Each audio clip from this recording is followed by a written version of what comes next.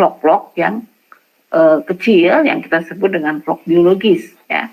Nah, di sini disertai dengan adanya CO2 dan H2O sehingga proses di dalam air limbah itu penilaian dari penurunan dari BOD COD menjadi terlihat ya karena adanya proses perubahan dari senyawa organik menjadi yang anorganik ya dan menjadi lumpur-lumpur biologis aktif. Nah, lumpur-lumpur biologis aktif ini mau dikemanakan ya, jadi tentunya akan dipisahkan ya karena ini menjadi suatu masalah kalau kita buang ke lingkungan. Tidak boleh kita membuang lingkungan dalam bentuk lumpur ya, sehingga harus kita rubah menjadi padatan dan cairan ya dengan nilai BOD yang sudah rendah sesuai dengan baku mutu. Nah, salah satu alat yang dapat digunakan untuk memisahkan padatan cairan ini atau mengendapkan yaitu dengan cara menggunakan sedimentasi atau yang disebut dengan clarifier karena bentuknya adalah lingkaran scraper di mana tujuannya karena vlog biologis yang terbentuk itu cukup rapuh, tidak seberat atau sekuat lumpur fisika sehingga fisika kimia sehingga dia perlu dibantu oleh scraper namanya. Nah, scraper ini akan menurunkan lumpur tadi ke bagian dasar sehingga mudah dipisahkan ya. Nah, makanya di gambar kalian akan melihat bagaimana bak-bak aerobik yang kemudian nanti bergabung dengan clarifier untuk memisahkan lumpur yang terbentuk hasil dari degradasi mikroorganisme ya. Nah, secara definitif dapat dikatakan bahwa pengolahan biologi dengan lumpur aktif atau activated sludge ya, activated sludge ini merupakan cara yang umum diaplikasikan pada unit pengolahan limbah atau IPAL di industri maupun domestik. Disebut lumpur aktif karena proses tersebut melibatkan sejumlah mikroorganisme yang merupakan biomassa yang aktif ya, maka disebut lumpur aktif yang berbentuk lumpur yang mampu mereduksi substrat. Nah, pada tahap ini mikroorganisme yang ada itu akan mendegradasi atau memproses dengan merubah bahan organik yang kompleks ya dan non settleable solid tidak mudah diendapkan karena terlarut menjadi settleable solid. Jadi menjadi vlog tadi ya, vlog biologis sehingga dari terlarut menjadi tersuspensi dan mudah diendapkan sehingga otomatis BOD-nya turun karena sudah berubah menjadi CO2 H2O dan vlog biologis ini. Nah, di dalam proses oksidasinya kita akan lihat di sini bahwa proses biologi ke aerobik ini adalah merupakan satu proses yang melibatkan oksigen dan juga nutrien ya karena mikroorganisme akan dapat hidup dengan baik apabila cukup akan konsumsi nutriennya yaitu N dan P-nya, kemudian ada unsur organik CHON yang berasal dari zat organik yaitu limbah, kemudian oksigen yang kita suplaikan ke dalam reaktor aerobik menggunakan kompresor atau surface aerator. Nah, kemudian akan terjadi degradasi. Nah, dalam hal ini kita bisa melihat di sini dari reaksi yang terjadi bahwa sel mikroorganisme ini dengan mengambil satu oksigen ya, 1 mol oksigen ini akan dirubah menjadi sel baru CO2 dan H2O dan membutuhkan satu C, atom C ya. Jadi di sini dikatakan bahwa unsur C dari bahan organik ini menyebabkan bahan organik tersebut akan terurai ya dengan tingkat polutan yang tereduksi. Jadi C-nya diambil dari organik ditambahkan dengan satu atom O di sini, kemudian nanti O dan C ini bereaksi akan menjadi sel baru CO2 dan H2O ya. Jadi kita bisa melihat dari sini bagaimana oksigen ini sangat setara dengan kebutuhan dalam menguraikan unsur organik yaitu dalam bentuk karbon ini oleh mikroorganisme ya. Nah, dapat dikatakan di sini bahwa untuk mengambil 1 mol C ya biologis membutuhkan 1 mol O2. Jadi untuk mengambil 1 mol C secara biologis ini akan membutuhkan 1 mol O2. Jadi dapat dikatakan di sini kalau kita punya 12 mg C dari bahan organik maka akan dibutuhkan 32 mg O2 ya, karena O2 kan O-nya 16 kali 2 jadi 32. Jadi di sini bisa kita hitung secara teoritis berapa kebutuhan oksigen apabila kita mempunyai bahan organik yang kita ketahui berapa nilai C-nya ya.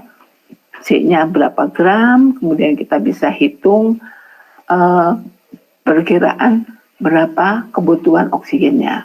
Nah, banyaknya oksigen atau O2 yang dihabiskan oleh mikroorganisme itu merupakan gambaran tingginya kandungan bahan organik. Ya, jadi memang di dalam penentuan BOD itu tidak eksplisit mengatakan bahwa itu adalah zat organik yang diuraikan, ya. Tetapi di situ adalah BOD ini menyatakan berapa kebutuhan oksigen untuk mendegradasi zat organik, sehingga secara tidak langsung apabila kita mendapatkan nilai oksigen yang tinggi berarti zat organiknya juga akan tinggi ya. Nah, dikatakan di sini dalam analisa BOD ini sangat mencerminkan bahwa dengan nilai BOD yang tinggi, zat organik yang tinggi, oksigennya tinggi, dan ini tentunya menjadi suatu perhatian khusus untuk persyaratan baku mutu ya. Apakah di dalam baku mutu dia akan mencapai target baku mutu yaitu tidak melewati nilai yang ditetapkan. Nah, semua ini tergantung kepada sistem pengolahan yang digunakan ya. Berapa persen efisiensi penurunannya ya, sehingga bisa dihitung dan kemudian bisa diperkirakan bahwa menggunakan metode ini atau teknologi ini akan bisa menurunkan BOD sebesar berapa persen. Nah, di sini kita akan lihat bagaimana proses yang terjadi pada saat mikroorganisme ini mengkonsumsi zat organik dan oksigen menjadi sel baru dan CO2 H2O. Kita akan lihat bahwa mikroorganisme ini dalam metabolismenya ada membran selnya. Ya, membran selnya ini ada enzimnya, namanya enzim ekstraseluler. Nah, pada saat ada larutan organik yang masuk ke dalam satu reaktor yang di dalamnya ada mikroorganisme, maka akan terjadi proses absorpsi ataupun absorpsi dari makanan tadi oleh mikroorganisme ya, akan diserap. Nah, partikel daripada yang terdapat dalam larutan limbah ini akan terabsorpsi masuk ke dalam membran sel ya, yang kita sebut dengan sumber makanan atau substratnya. Nah, secara berjalannya dengan waktu, maka apa yang akan terjadi yaitu akan terbentuk lapisan biofilm ya, lapisan lendir yang menandakan bahwa mikroorganisme itu aktif ya, menguraikan zat organik. Nah, di sini hasilnya adalah NH3, CO2 dan H2O. Dan oksigen juga merupakan pembatas untuk berlangsungnya proses aerobik, sehingga oksigen ini harus disuplai ke membran ini, membran sel yang dibutuhkan oleh mikroorganisme. Tadi kita tahu bahwa 1 mol oksigen akan dibutuhkan oleh 1 mol karbon ya, sehingga harus seimbang itu sehingga supaya degradasi berjalan dengan sempurna ya.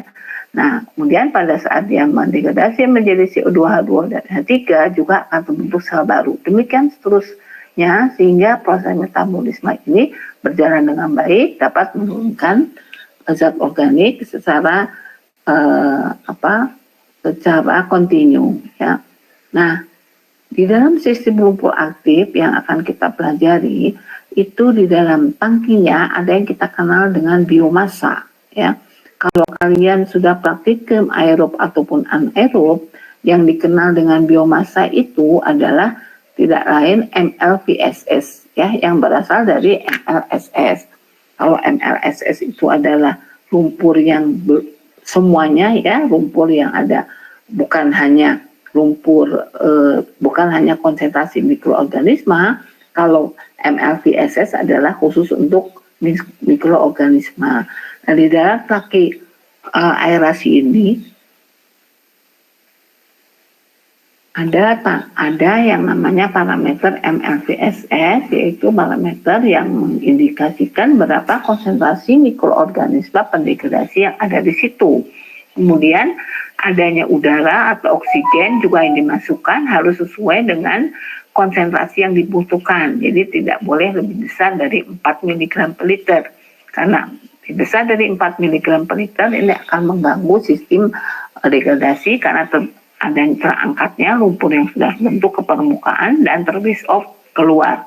Sehingga disarankan untuk lumpur aktif konvensional ini mempunyai kandungan oksigen terlarutnya 1-4 mg per liter. Nah, dalam tangki ini terjadi proses degradasi karena ada oksigen, ada makanan ya dari limbahnya, dan kemudian membentuk koloni ya dalam bentuk MLVSS dan MLSS dan diendapkan di tangki sedimentasi atau clarifier. Nah, pada pengolahan dengan lumpur aktif biasanya itu kondisi yang akan terjadi pada saat mikroorganisme sudah mendegradasi kemungkinan akan terjadi waste out ya, jadi terbawa keluar ke efluent ya. Di sini di tanah ini menunjukkan bahwa mikroorganisme ini ikut keluar, kemungkinan akan ikut aliran. Nah, sehingga apa yang terjadi di sini akan kekurangan mikroorganisme. Sehingga apa yang harus kita lakukan, lumpur yang terbentuk yang isinya adalah sebagian mikroorganisme, ini sebagian besar dikembalikan ke reaktor utama dan sebagian lagi dibuang untuk ditangani dengan menggunakan proses teknologi lumpur hasil pengolahan biologi ya. Nah, ini sebagian lagi dibuang ya karena tidak dimanfaatkan kembali, dan kemudian dari tangki sedimentasi juga ada yang ke badan air ya, di atas ini ke badan air asal sudah memenuhi baku mutu yang ditetapkan. Nah, ini biasanya apa ciri khas dari lumpur aktif, yaitu adanya pengembalian lumpur yang sudah terbentuk ke tangki aerasi dan sebagian dibuang karena ini mengantisipasi barangkali ada lumpur yang sudah mikroorganisme banyak yang mati sehingga terbuang ya, tidak menumpuk di tangki aerasi, nanti akan menambah nilai MLVSS padahal nilai itu bukan berasal dari mikroorganisme yang aktif ya. Nah, sebagian dikembalikan. Di sini ada nilai berapa yang harus dikembalikan, retention atau recycle ini harus berapa persen ya yang dikembalikan dari debit yang ada. Itu juga menjadi satu patokan, nanti kita akan lihat supaya di dalam tangki aerasi ini akan terjadi keseimbangan antara mikroorganisme jumlahnya dan juga antara makanan. Jadi tidak boleh F per M, food per mikroorganisme ini mempunyai nilai yang di luar rentang yang ditetapkan ya, tidak boleh lebih besar, tidak boleh lebih kecil karena ini akan menyebabkan kondisi tidak optimum. Mikroorganisme kebanyakan makan juga bukan berarti baik, kekurangan makan juga bukan berarti baik. Oleh karena itu ada suatu nilai parameter yang harus dipenuhi, yaitu misalnya 0,2 sampai 0,7 atau 0,5 ya kilogram BOD per MLVSS hari. Nah, itu menjadi patokan untuk berlangsungnya lumpur aktif secara ideal harus memenuhi persyaratan itu ya. Baik, sampai di sini ada ditanyakan. Nah, ini ada berapa tipikal dan rancangan lumpur aktif yang perlu kalian pahami dan kalian catat. Silakan kalau mau difoto, mau dicatat silakan ya, bahwa beban volumetrik dalam lumpur aktif itu harus berkisar 0,4 sampai 0,8 kg BOD per hari per meter kubik ya. Kemudian MLSS-nya itu 0,2 sampai 0,5 kg BOD per hari per kilogram MLSS. Kemudian waktu tinggalnya 4 sampai 8 jam.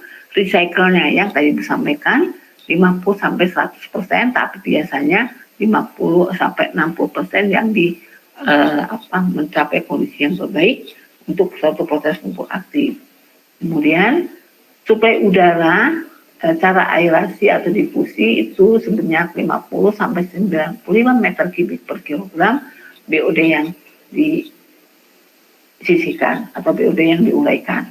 Kemudian suplai udara, cara aerasi ini secara difusi, kalau secara mekanikal itu bisa menurunkan di sini rancangannya bisa menurunkan dengan nilai yang baik bila rancangannya itu berada pada 0,8 sampai 1,1 kg O2 per kilogram BOD terambil ya. Kemudian waktu tinggal serat atau umur serat yang ada di dalam bak sedimentasi ini 5 sampai 10 hari ya. Adalah waktu yang baik, tidak busuk ya, lumpurnya bagus dan siap untuk dilakukan pengolahan, sebagian lagi dipakai kembali. Nah, kemudian limbah dari lumpur ini 0,4 sampai 0,6 kg per kilogram BOD yang terambil ya. Itu limbah lumpurnya sebanyak itu. Kemudian efisiensinya ini diasumsikan sebesar 85 sampai 90%. Nah, rancangan ini harus kita penuhi agar apa? Agar proses lumpur aktif berjalan dengan optimal ya. Nah, di sini ada beberapa variasi atau variabel operasional ya. Di antaranya adalah variabel perencanaan,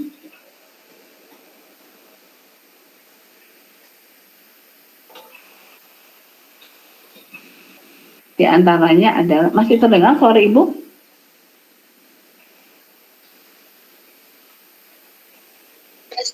Ya, baik. Nah, ada variabel operasional. Variabel operasional ini sangat penting buat lumpur aktif. Di antaranya adalah parameter proses. Seperti apa? Yaitu seperti beban BOD. Ya, ada FRM, food per microorganism, ada HRT, high retention time. High retention time ini sama dengan umur lumpur atau bukan umur lumpur, waktu tinggal lumpur. Jadi TD ya, waktu tinggal. HRT ini waktu tinggal ditanam tangki aerasi ya. TD ini besarnya nanti kita akan lihat bagaimana rumusnya, yaitu berkaitan dengan volume dan laju alirnya. Kemudian umur lumpur, lama tinggal umur lumpur dari aerasi kemudian masuk ke sedimentasi, dan ada SVI yaitu Sludge Volume Index. Sludge Volume Index ini suatu indikator bagi operator IPAL yang ingin melihat bahwa apakah proses lumpur aktif ini berjalan dengan baik atau tidak, yaitu dengan cara mengambil lumpur yang terbentuk seperti yang kalian kalau melakukan proses koagulasi flokkulasi kan kalian tumpahkan ke kerucut in-house ya. Nah, ini mengambil dari tangki lumpur aktif dari SBR ya kalau kalian sudah praktikum aerobik, anaerobik, kemudian dimasukkan ke tangki in-house. Dan sini akan terlihat bagaimana proses pengendapan lumpur. Nah, nilai dari pengendapan lumpur itu ada seperti 50 sampai 150 ml per miligram. Nah, ini akan menandakan bahwa lumpur itu beroperasional dengan baik, efisiensi penurunannya akan baik. Nah, itu yang disebut dengan SVI atau Sludge Volume Index. Nah, ini kalau dalam lumpur aktif ya, kita lihat di sini bahwa ada tangki aerasi dan ada tangki sedimentasi. Pada saat limbah masuk itu kita dapat menghitung berapa BOD influent yang disebut dengan S0 ya. Kemudian berapa debit influent yang disebut dengan key influent ya, KI. Kemudian ada yang disebut dengan SSI yaitu berapa TSS influent. Bagaimana mengukur S0 BOD influent? Ada yang masih ingat praktikumnya? Menggunakan metode apa kita mengukur S0?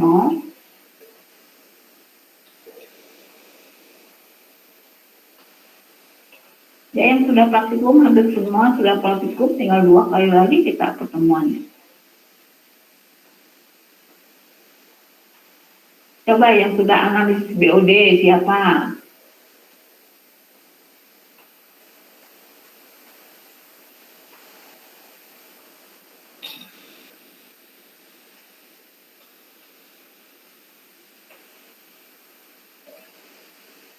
Ya, yang sudah praktikum analisis BOD siapa?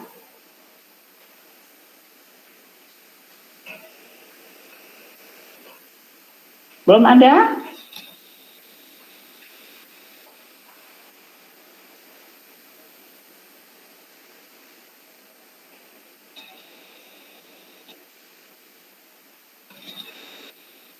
Ya, siapa?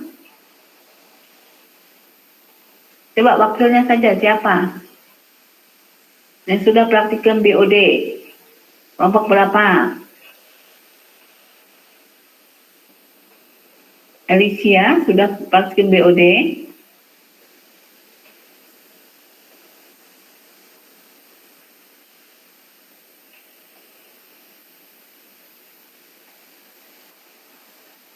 Iva, mungkin Iva. Iva sudah praktikum BOD. Kelompok Iva belum. Baik, kelompok yang lain. Masa belum ada yang praktikum BOD? Ini pada kemana ini? Saya sudah, Bu. Ya, bagaimana Mustika? Metode apa yang digunakan dalam analisis BOD?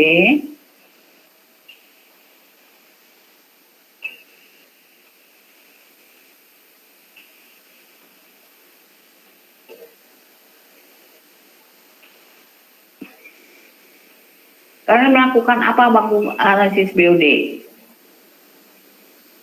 Melakukan titrasi, Bu. Ya, melakukan titrasi. Metodenya disebut apa, Dika? Metode Winkler, Ibu. Ya, pakai metode Winkler ya.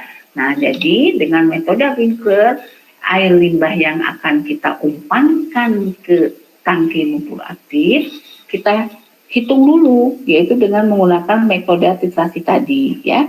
Dari situ akan ketahuan berapa besar daripada BOD yang ada ya, yaitu S0. Kemudian Q ini kita hitung dengan menggunakan rotameter laju atau kita bisa lakukan kalibrasi. Coba lakukan kalibrasinya dengan cara bagaimana? Kalibrasi laju alir.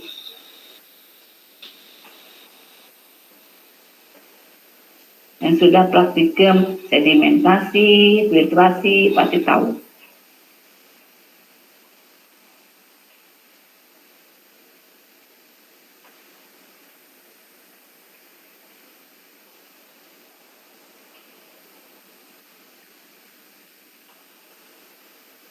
Ya, pada kemana ini? Bagaimana melakukan kalibrasi laju alir?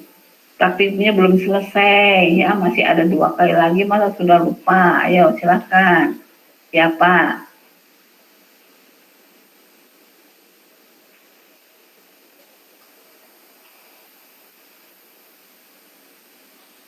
Dika, bisa? Pak Yurdika?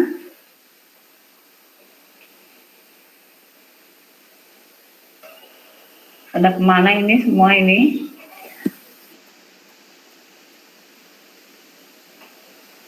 Kalibrasi laju alir, Bu. Ya, gimana? Biasanya diatur dulu di rotameternya di kecepatan tertentu. Terus di laju alir tertentu. Oh iya, di laju alir tertentu. Kemudian dalam volume tertentu diukur nanti waktunya berapa gitu, Bu. Ya. Jadi itu adalah menghitung laju alir ya, kalibrasinya. Dengan rotameter sebenarnya sudah cukup, tapi kadang-kadang rotameter itu kan tidak stabil ya, sehingga kita perlu mengukur berapa kalibrasinya, yaitu dengan cara bagaimana adalah kalau kita tahu rumus dari debit laju alir sama dengan volume dibagi waktu, sehingga waktu ya bisa kita bisa hitung laju alir ini bisa kita hitung dengan mengumpulkan sejumlah waktu tertentu berapa volume yang tertampung di dalam gelas ukur yang kita coba untuk tampung, sehingga di situ nanti akan dibagi dengan waktunya, itu adalah debit ya. Nah, tapi kalau di IPAL tidak melakukan seperti itu, kita hanya membaca rotameter saja berapa laju alirnya yang terjadi di dalam IPAL itu. Kemudian SSI yaitu TSS influence. Coba TSS influence dilakukan pengukurannya dengan apa? Ini juga sudah praktikum, aerob, anaerob, apa?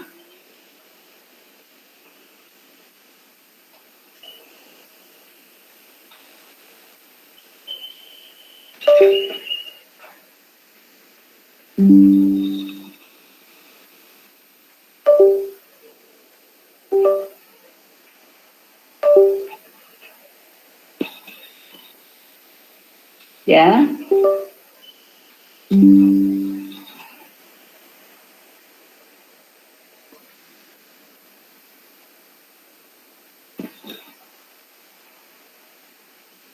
Ya, silakan. Siapa bagaimana TSS? Ayo, jangan lama-lama, nanti waktunya habis. Ibu ingin kenapa kalian menjawab supaya tidak tersia-sia apa yang sudah dilakukan di praktikum, dikoordinasikan dengan teori yang ada. Ya, silakan. Siapa? Ayo dicoba. Untuk TSS Ya. dari sampel yang disaring Bu, lalu dimasukkan ke furnace. Furnace. Kalau di furnace, keluar dari furnace apa? Keluar dari furnace itu apa? Parameter apa yang kita dapatkan?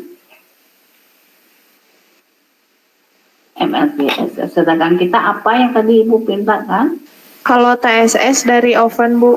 Iya, jadi keluar dari oven. Jadi harus dibedakan ya, mana yang TSS, mana yang BSS gitu.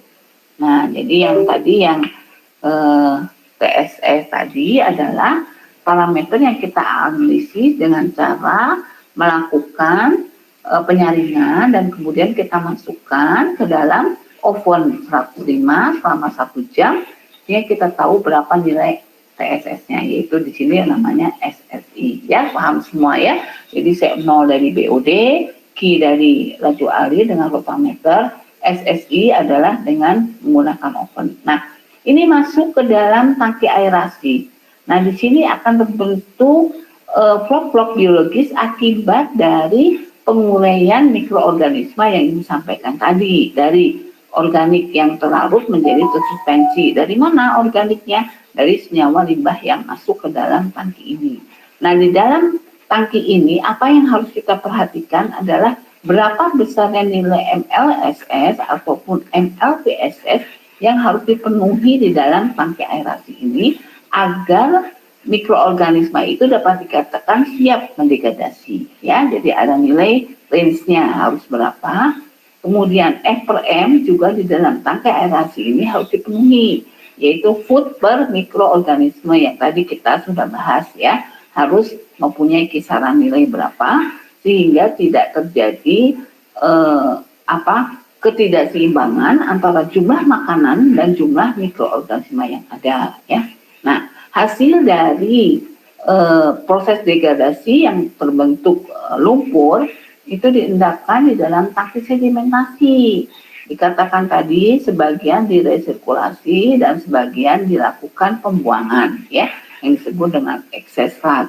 Yang dikembalikan ini mengapa? Karena lumpur aktif itu ditakutkan pada saat proses di tangki aerasi ini terbase out ke sedimentasi, kan dia tersuspensi, tidak terlekat pada media, dia bergerak kemana-mana sehingga vlognya bisa ke bawah, di dalamnya ada mikroorganismenya, sehingga nanti jumlah mikroorganisme di sini berkurang sehingga F per M-nya tidak akan seimbang ya, karena kita mencapai keseimbangan yang dipersyaratkan dalam lumpur aktif. Sehingga yang dilakukan adalah merecycle sebagian dari lumpur yang terbentuk kembali ke tangki aerasi dengan harapan mikroorganisme sebagian dikembalikan. Tetapi tidak menutup kemungkinan semua mikroorganisme yang ada di sini ada sebagian yang sudah mati.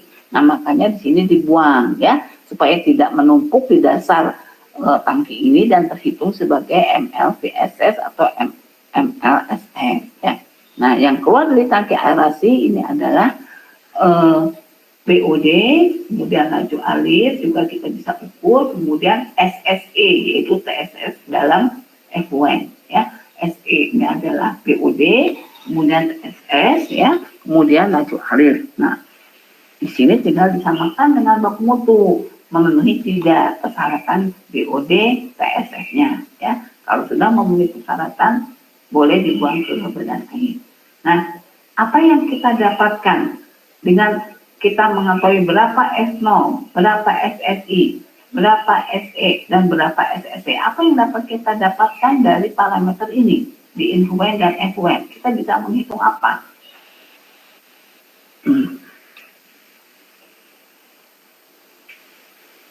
Ya, silakan. Siapa? Kita bisa menghitung apa dari influent dan effluent?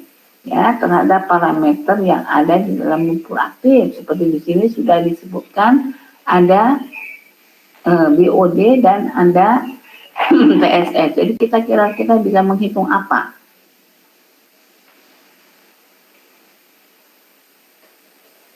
Menghitung apa?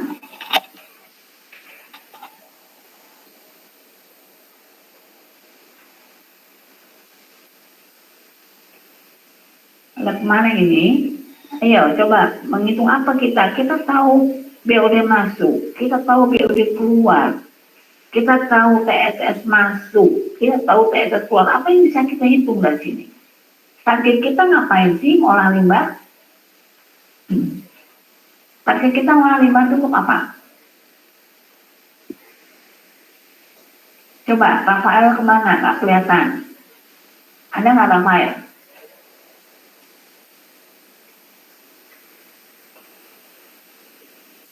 Masuk nggak Rafael?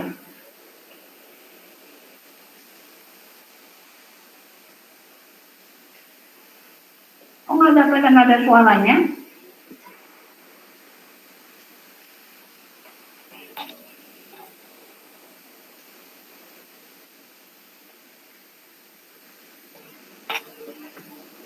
Coba. Ada Kristianti, ada Dani, ada Deliana, ada Dika, ada Divani, Alicia, Arida, Hana, Intan, Iva, Lu, Muhammad Rizal, Muhammad Helmi, Muhammad Rafi, Muhammad Agus, Mustika, Agustini, Nurditya, Prabowo, Stefani, Yudika, Zaki, ya banyak. Untuk mencari tahu efisiensi penurunan BOD pada sistem BOD bukan Bu. Untuk mengetahui efisiensi penurunan BOD ataupun TSS-nya, ya. Karena dengan mengetahui efisiensi, target kita bisa ketahuan berapa bisa mengolahnya, berapa efisiensinya, berapa persen, ya. Nah, ini adalah namanya evaluasi kinerja dari lumpur aktif. Salah satunya dengan mengukur berapa efisiensi. Tadi kita lihat di rancangan tadi, efisiensi yang merupakan BOD berapa. Nah, apakah masuk dalam target rancangan? Begitu ya. Baik, terima kasih Daniel. Nah, kemudian berikutnya di sini kita lanjutkan. Kalian sampai jam berapa ini?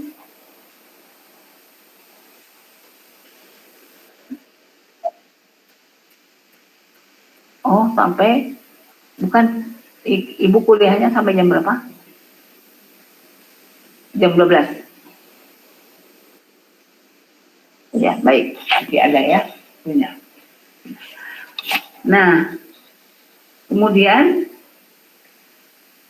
kita akan lihat di sini ada definisi dari MLSS dan MLVSS ya. Seringkali Ibu menanyakan apa sih bedanya MLS dan MLVSS. Jadi yang namanya MLSS atau Mixed Liquid Suspended Solid itu adalah merupakan campuran antara air limbah dengan biomasa, mikroorganisme, serta padatan atau suspensi lainnya yang belum terdegradasi ya. Nah, MLS ini adalah merupakan jumlah total dari padatan suspensi yang berupa material organik dan mineral. Termasuk di dalamnya adalah mikroorganisme. Jadi campuran ini tidak hanya mikroorganisme, tetapi ada material organiknya, ada mineralnya, ya. Nah, ini kita sebut dengan MLSS. Nah, berbeda dengan MLVSS. Kalau MLVSS ini adalah material organik yang diwakili oleh MLVSS. Jadi oleh mikroorganisme. Jadi kebanyakan adalah mikroorganisme dan organik yang bukan mikroorganisme, baik yang mikroorganismenya baik yang hidup dan mati, ya. Jadi tidak ada mineral, tidak ada material anorganik. Jadi hanya lebih ditekankan kepada mikroorganismenya. Jadi kalau kita ingin tahu berapa sih mikroorganisme dalam tangki lumpur aktif, ya kita melakukan pengecekan analisa VSS atau MLVSS dengan menggunakan oven dulu, jadi TSS keluarnya, kemudian masuk ke furnace menjadi VSS, ya. Nah, itu bedanya. Kalau di MLSS masih campuran, ada mikrobanya, ada anorganik, ada organik, ya. Tapi kalau di VSS lebih ke berapa konsentrasi mikroorganisme yang ada di dalam itu, walaupun di dalamnya termasuk mikroba yang hidup dan mati dan hancuran sel, ya. Nah, itu bedanya. Nah, ini boleh dicatat atau difoto silahkan, bahwa beban BOD atau BOD loading rate ini didefinisikan sebagai jumlah massa BOD di dalam air limbah yang masuk, yang tadi kita sebut dengan S0, ya, di dalam inflow dibagi dengan volume reaktor. Jadi berapa volume reaktor itu merupakan suatu dimensi yang bisa menentukan berapa besar beban BOD yang masuk. Jadi beban BOD ini merupakan perkalian dari laju alir dikalikan dengan konsentrasi BOD atau S0 dibagi dengan volume tangki aerasi yang akan bersatuan kilogram per meter kubik hari. Nah, ya, jadi Q-nya debit air limbah, S0-nya konsentrasi BOD masuk dalam satuan kilogram per meter kubik.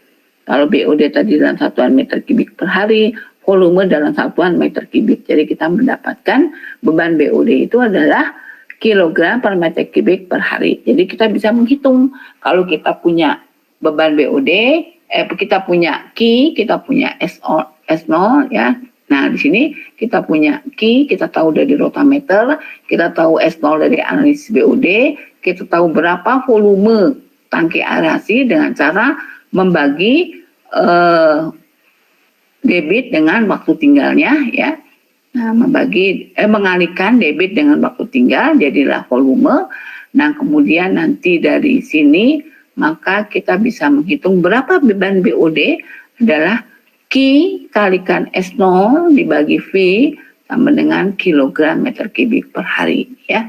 Baik, sampai di sini ada yang ingin ditanyakan, mungkin masih belum paham. Sebelum kita lanjut, silakan Ibu beri kesempatan.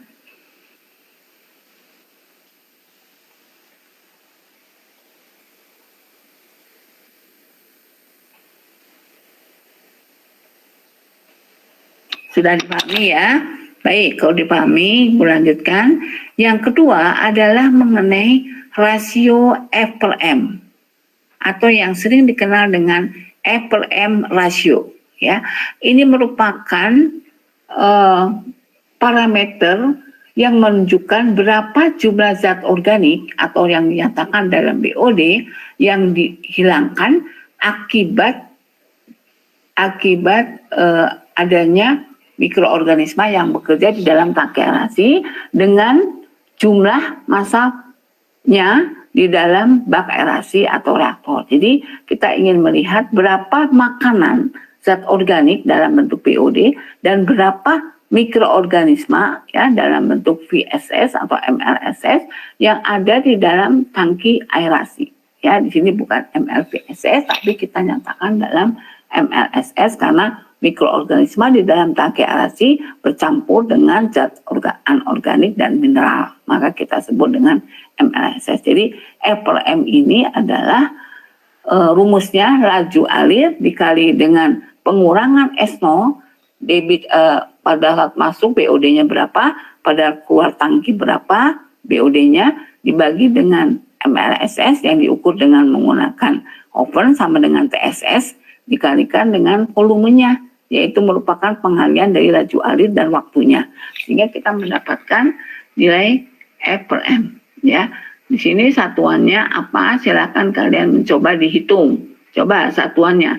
Bila ya S0 ataupun S dalam satuan kilogram per meter kubik, kemudian MLSS dalam satuan kilogram per meter kubik, V dalam satuan meter kubik, kira-kira F per M ini satuannya apa?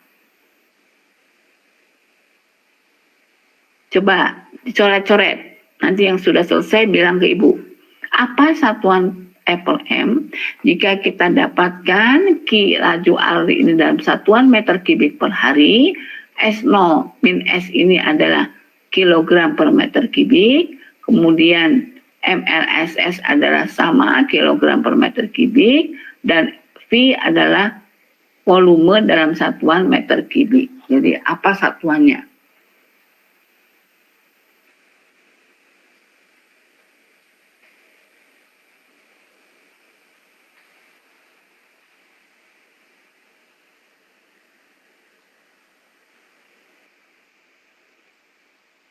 Satuannya per hari? Coba ada yang lain? Per hari. Per hari. Kita akan lihat di rancangan ini ya. F per M itu satuannya adalah kilogram BOD per hari dibagi dengan kilogram per MLSS-nya. Jadi 0,2 sampai 0,5 rancangannya. Besarnya adalah, jadi tadi per hari kalian mencoret ya, BOD dengan MLSS, padahal itu adalah parameter yang berbeda, sehingga kita tidak bisa mencoret, sehingga satuannya adalah 0,2 sampai 0,5 kilogram BOD per hari dibagi dengan kilogram MLSS ya. Nah, ini satuan dari F per M. Jadi kita tidak bisa mencoret kilogram per meter kubiknya dengan kilogram per meter kubik ini, karena ini satuannya berbeda, karena ini parameter berbeda. Kalau ini adalah dalam bentuk BOD ya, kemudian MLSS dalam bentuk dalam bentuk MLS ini adalah mikroorganisme ya. Jadi satuannya kilogram BOD per kilogram MLSS hari ya. Nah, ini adalah F per M.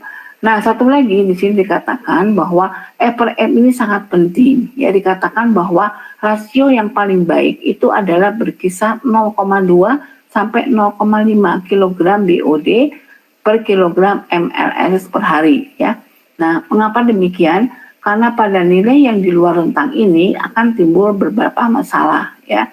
Nah, di sini dikatakan bahwa apabila ya nilai daripada F per M ini tidak masuk dalam range yang ditentukan, katakan lebih besar, berarti jumlah dari makanan itu berlebih. Nah, pada jumlah makanan yang berlebih ini akan menyebabkan mikroorganisme juga kolaps ya, karena kebanyakan makanan. Jadi kekenyangan sehingga tidak melakukan degradasi dengan baik. Nah, oleh karena itu harus dikurangi ya jumlah makanan yang masuknya. Nah, pada saat F per M ini rendah ya, jumlah mikroorganismenya banyak, makanannya kurang. Nah, ini menjadi satu perhatian, tetapi akan lebih baik ya dibandingkan dengan kalau kekenyangan. Nah, yang tepat itu adalah 0,2 sampai 0,5. Jadi kita berusaha bagaimana supaya kondisi 0,2 sampai 0,5 ini tercapai. Nah, ada beberapa cara, salah satunya untuk membuat F per M ini masuk dalam range ini adalah kita dengan mengatur laju resirkulasi. Nah, di sini ya, yang diresirkulasikan ini kita atur supaya nanti nilai F per M-nya itu adalah sesuai dengan kriteria tadi. Jadi, laju ke sininya berapa persennya kita atur ya. Supaya apa? Supaya F per M ini seimbang, karena dengan mengatur laju resirkulasi berarti kita mengatur berapa pemasukan dari mikroorganisme ke dalam tangki ini ya. Nah, itu akan terjadi nilai E/M itu akan menjadi baik ya. Jadi nilai parameter ini juga harus diketahui, tidak boleh lebih besar, tidak boleh lebih kecil ya. Baik, sampai di sini yang ditanyakan.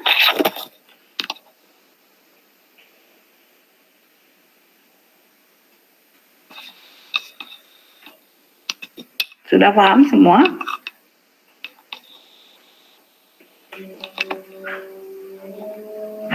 Ya baik, kalau tidak ditanyakan mungkin kuliah kita sampai jam 12 ya. Kita akhiri saja kuliah kita. Kalian mulai libur kapan ya? Secara akademik.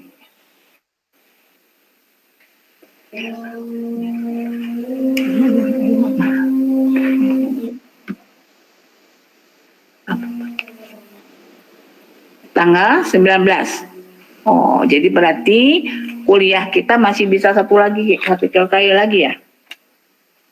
Terakhir ya itu ya kuliahnya ya? Rabu depan itu kuliah terakhir ya? Terakhir sebelum libur. 19 itu udah libur atau belum? Oh, jadi nggak ada kuliah ya? Nanti kuliahnya setelah masuk tanggal berapa?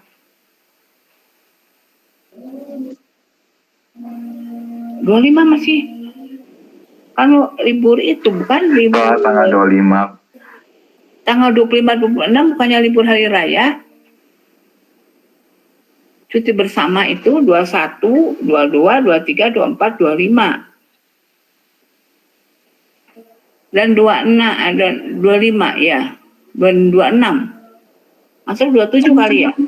26-nya masuk, Bu. 26 udah masuk.